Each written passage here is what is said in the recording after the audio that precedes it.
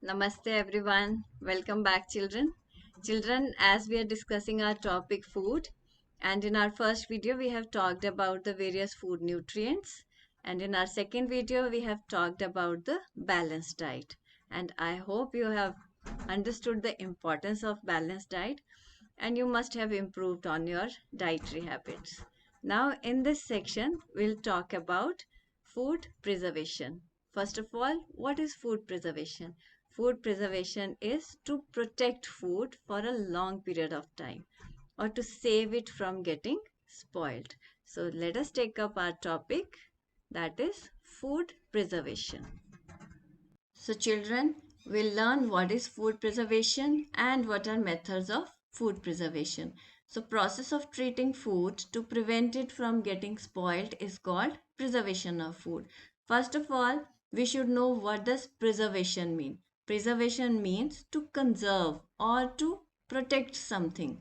So, when we talk about food preservation, that means here we are talking about protection of food from getting spoiled. So, children, here I want to bring to your notice that cooked and uncooked food gets spoiled when it is exposed to air, water, and warmth. So, let me give you one more new term, and that is bacteria. You must have heard of bacteria, no? Bacteria is a very small organism. So, what happens is bacteria they start spoiling our food when they get all these three things together, that is air, water, and warmth. And the food that gets spoiled, it smells bad and it tastes bad and it is very harmful for our health. That means I have to protect the food from bacteria. Why do I need to preserve food? I want to preserve food maybe because I want to use it in small quantities later. For example, milk, like your mother, she preserves milk so that she can use it all the day long. Or maybe I want to use seasonal fruits and vegetables later. Here I'll take the example of mangoes. See, in India we get mangoes in summer season, right? But what if I want to eat mangoes in winters? Then I should have some method of preservation so that they stay till the winter comes. So I will either use it in the form of mango jam or mango juice, right? Similar is the case with peas and carrot. We get peas and carrots in winters, but what if I wish to eat these vegetables in summers? So there should be some method so that I can use them in summers too.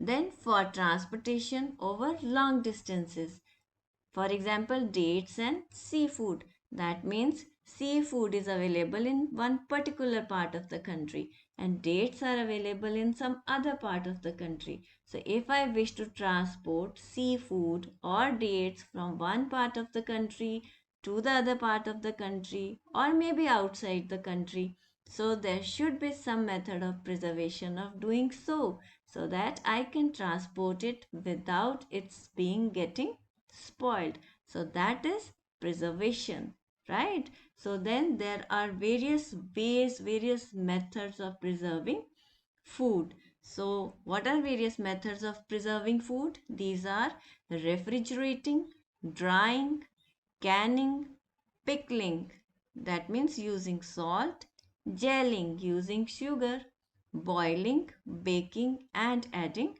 preservatives. So first we'll take up refrigerating.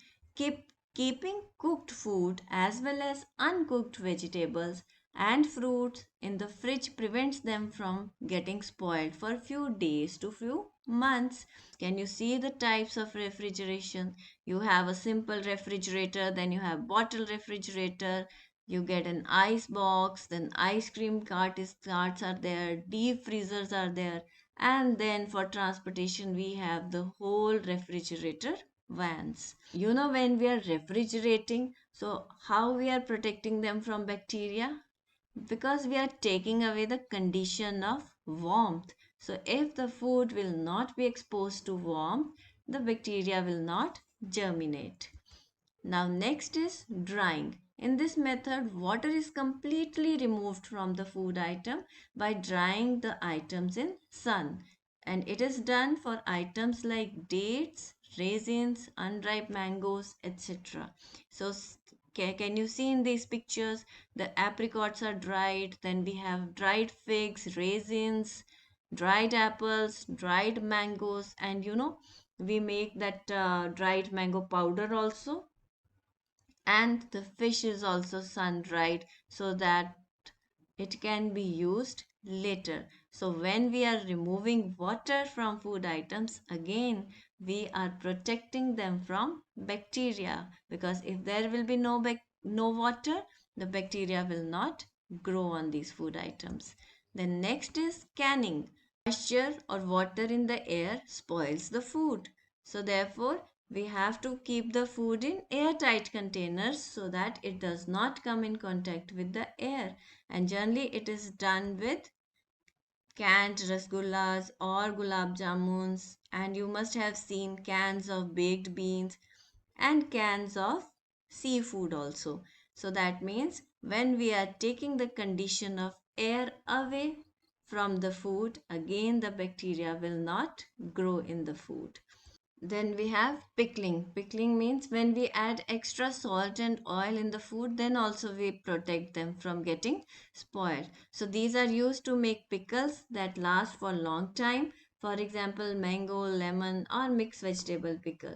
So you can use these pickles not only for months but for years also. Yes. So next we have gelling. That means adding sugar also prevents the food from getting spoiled. So fruits in sugar syrup, they last for a long time. So let us take up the example of mango jam. Then we have orange marmalade, gulkand. You know what is a gulkand? Gulkand, it is made up of rose petals. Then we have amla murabba or apple murabba. So with this, children, we'll move on to some very common methods. For example, boiling. Boiling milk prevents it from getting spoiled easily.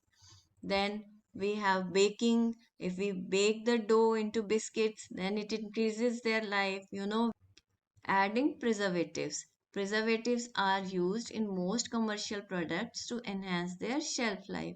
For example, vinegar is a natural preservative. You must have seen the vegetables, onions in vinegar, no? So that is done to increase their shelf life. So children, that was all about methods of preservation. But we should know that we should avoid preserved food. It is advisable to eat variety of fresh seasonal fruit than going for a preserved food. So with this, we'll move on to the keywords. So first is the nutrients, substances present in food that help the body to grow and stay healthy. And preservation, the process of treating food to prevent it from getting spoiled. So now let us take up this question. Describe some methods of food preservation. So we know all these methods of food preservation, and we can always describe that what is done in these methods and which food items are preserved by these methods. So let's take up this additional exercise. State whether the following statements are true or false. Drying is a method of preservation. That is true. Sugar is a preservative in jams. Yes, that is true. Salt and oil are the main preservatives in pickles. Again, true. Preserved food are healthier than fresh foods. No, fresh food is always healthier than preserved food. So that is false. So children, that was all about various methods of preservation. But before leaving, I want to show you something. These are raisins, right? And let us recall what is the preservation method we have read to make raisins. That is drying, right? And if we talk about mixed fruit jam, we know that sugar is also added to preserve some items for a long period of time, and this process is called gelling. And then we have this pickle here, and we know in pickling we add excess salt and oil to preserve it for a long period of time. And then we have these cans, right? So you must have seen these cans. So we can preserve your gulab jamuns, rasgullas, various fruits and vegetables, the beans, And of course, the seafood is preserved in cans. So this process is called canning. So that was all for now. So thank you for listening. Thank you for watching and take care of yourselves.